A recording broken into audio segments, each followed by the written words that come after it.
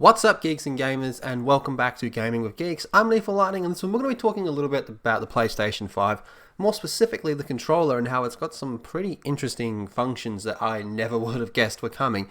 So let's just jump right into it. So the PlayStation 5 controller patent suggests that the DualShock 5 will monitor your sweat and heart rate. Now look, I'll tell you right now, sometimes when I'm sitting here playing Mortal Kombat Online, I get a bit sweaty. These matches get really close.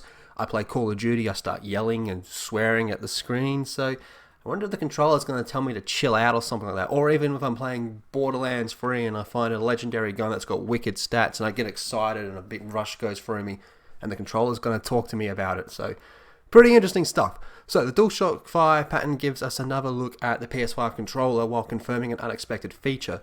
Now, if you look at it here, it does look pretty identical to the PlayStation 4 controller. As you can see, mine's busted up. But it looks very, very similar, but it's got some interesting features to check out here. So, another PS5 patent has surfaced, seemingly confirming that Sony's next-gen controller, the DualShock 5, can use Biofeedback technology to monitor a user's heart rate and sweat sensations levels and adjust gameplay accordingly. Biofeedback technology on a PlayStation controller. That is insane. As originally discovered by Respawn First, the patent refers to the controller's use of biofeedback information, that's crazy, to select between one or more options presented in a piece of content without the user having to provide further input. What?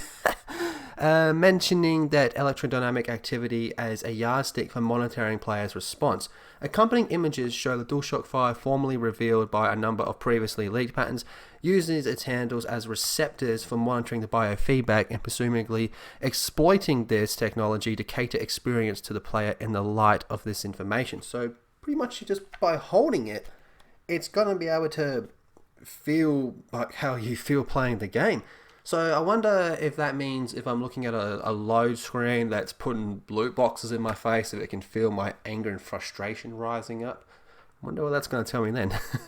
There's designed computer gaming to provide an immersive and highly interactive experience for players, so to enhance the enjoyment for the player, continues the patent description, explaining that this has become of particular interest with increasing availability of head-mounted displays, suggesting that the PS5 VR could also be involved with this new feature. Interesting stuff. Indeed, discovered patent last week has implied that Sony is also developing a finger tracking controllers for its next generation virtual reality gear. It's getting pretty crazy, man. That said, a patent is by no means evidence of the final product, so do not expect your day one PS5 to necessarily be in tune with your sweat levels at launch. Sweat levels. That's going to become a gaming saying. What's your sweat levels? Still, it's an interesting new feature for a piece of hardware that we still know relatively little about. Could that the PS5 February reveal event still be on the cards? I personally think so. I know we're getting towards the end of February, but I still maintain that by the end of February, we will have some type of reveal, some type of event, something that is going to tell us when it's coming out, what to expect, all those types of details. But just looking at this controller, like I said, very similar to the PlayStation 4 controller. But this whole biofeedback technology stuff just sounds...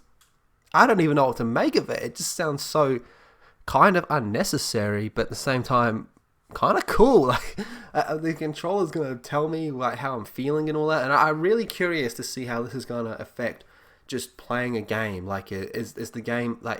if I'm playing like a platformer, for example, and I can't make a certain jump...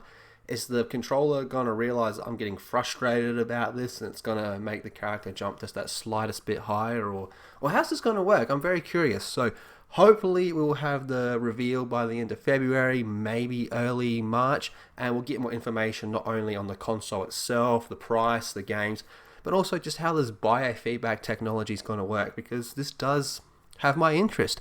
But what do you guys think about this? Are you excited for the PlayStation 5? Or what do you think of this biofeedback technology stuff? Drop your thoughts in the comment section down below.